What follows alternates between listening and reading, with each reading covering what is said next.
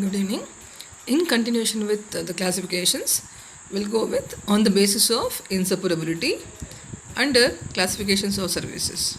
As I told you, in terms of services, the services has to render to the consumers with the concept called inseparability. That is, both production and consumption should be taken simultaneously. But whereas in terms of product, in terms of goods, a product can be stored, a product can be get into the process called transportations, but whereas that type of facilities is not available for service sectors. Hence, on the basis of inseparability, there are some services provided to the consumers again based on two classifications. One is inseparable, another one is semi-separable.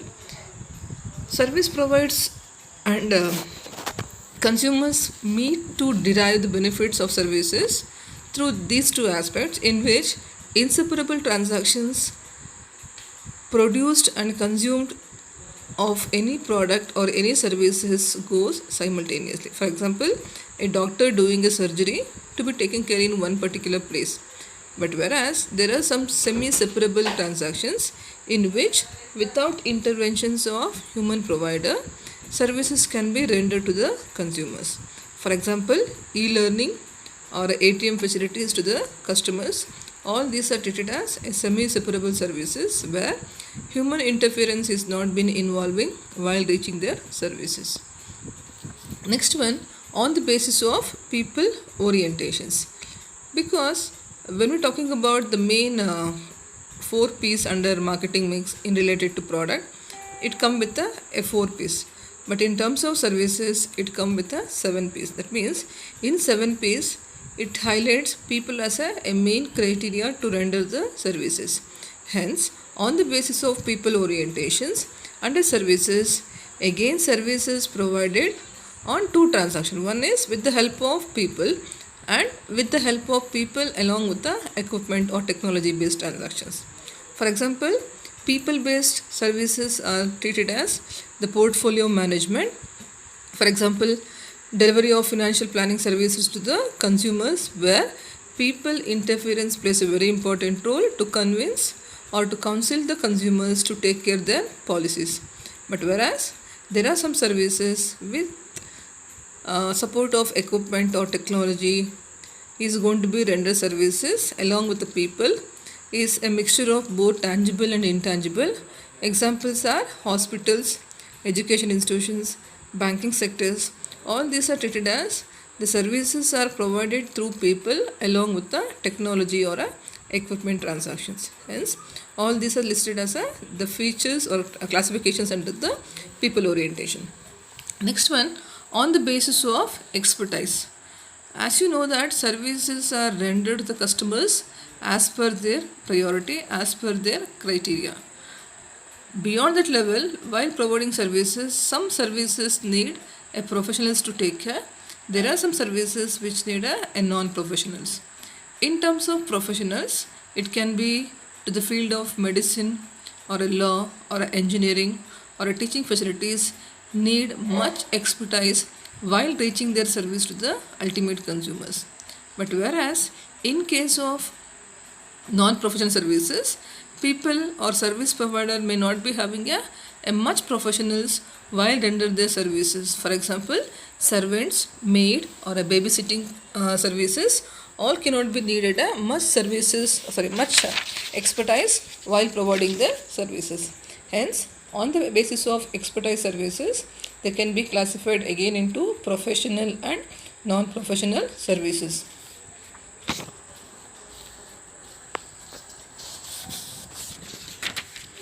Next one, on the basis of industries. As you are aware that industry is a institution or a process where a raw material is going to be converting into finishing product, where majority of the trading activity is going to be happening. Here also, under basis of industry, there are a number of services is going to be reaching the consumers in the name of either hotel industry or tourism or entertainment. All these are treated as based on a industry, based on a service provider, based on a ultimate consumer's requirement. They are going to be concentrating on providing goods and services. Hence, All these are listed as the classifications of industry. I once again repeat, the classifications are treated as: first one, on the basis of tangibility, marketability, end uses, profit motive, inseparability, people orientation, expertise, and industry.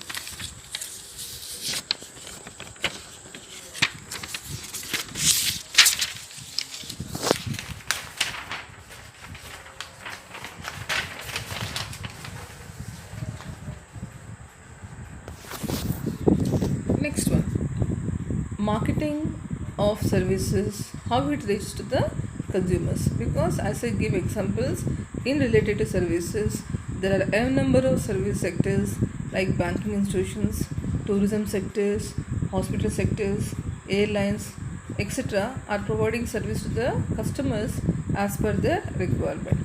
When we come across with marketing aspects in banking sectors, I think all of you are aware that in earlier days, bank is performing the transaction through a traditional method in which consumers needs to approach the banking for the purpose of deposit, for the purpose of withdrawal, for taking care of loans and advances.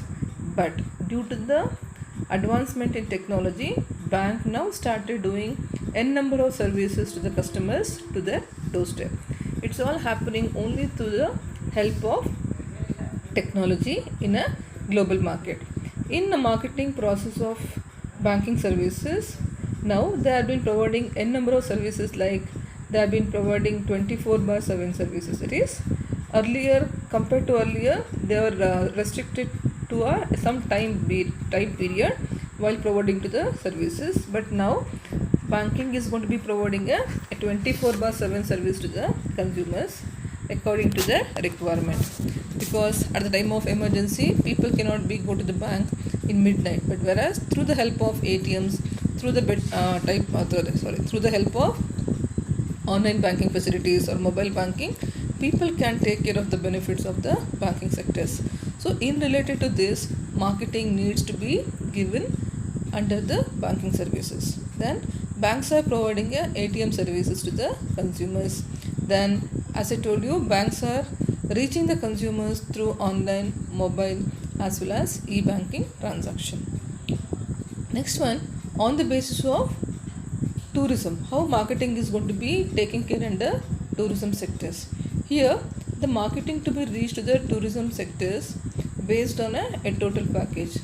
I think all of you are aware that when people wanted to go for traveling from Bangalore to other state or other district, they need to go for taking care of a vehicle, they need to staying in one hotel, they need to have their food in some restaurant or a hotel in between.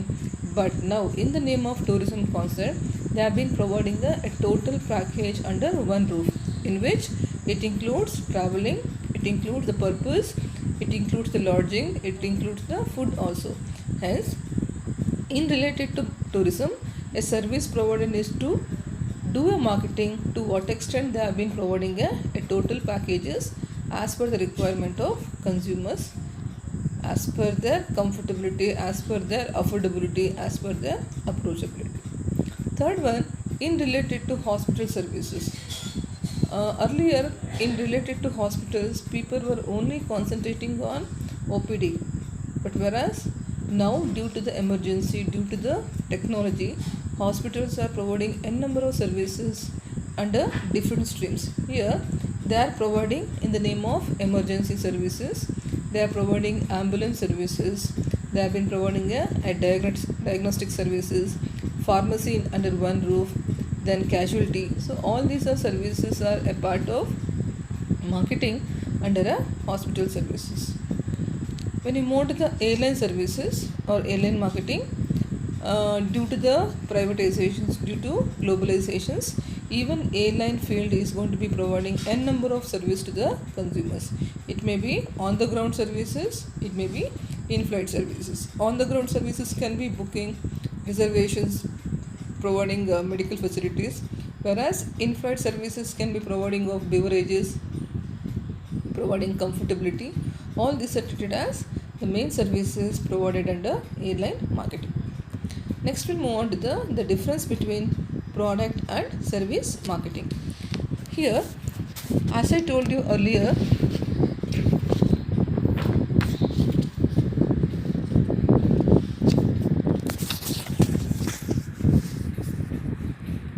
in related to product, in related to a good, they are treated as they are tangible. Tangible, nothing but they can be seen, they can be touched. But whereas in terms of services, they are intangible, because in services cannot be seen, services cannot be touched. Hence, it is treated as inseparable, because under services, whatever the services rendered by the producers and or plays a very important role. People are preferring for a intangible transactions as a priority rather than tangible aspect. Second one, under product are come with a 4Ps. 4Ps nothing but product, price, place and promotions. But in case of services, it involves 7Ps. 7Ps nothing but it comes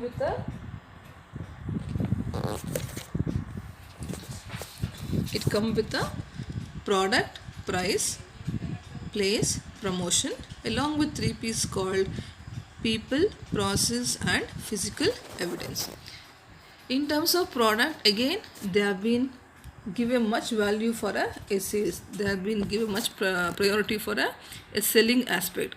But whereas in related to services, they give priority for a services rather than selling concept. Under product are reaching the consumers. But in terms of services, consumers are reaching the service provider to take care of the benefit. Under product, services are transferable.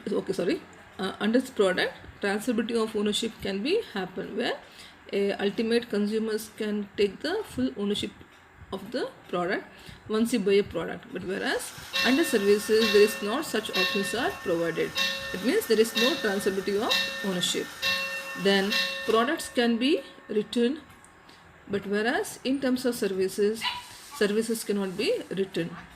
Under product, they are separable while reaching to the consumer, that is productions, storing, packing, labeling, finally they go for a consumption. But in terms of services, they are inseparable. Under product cannot be automized or modified, but whereas under services, it can be modified as per the requirement of consumers. Under product, quality can be measured, but whereas under services, quality cannot be able to measure because it is in the format of intangibility. Hence, all these are treated as the main difference between a product and services under service marketing.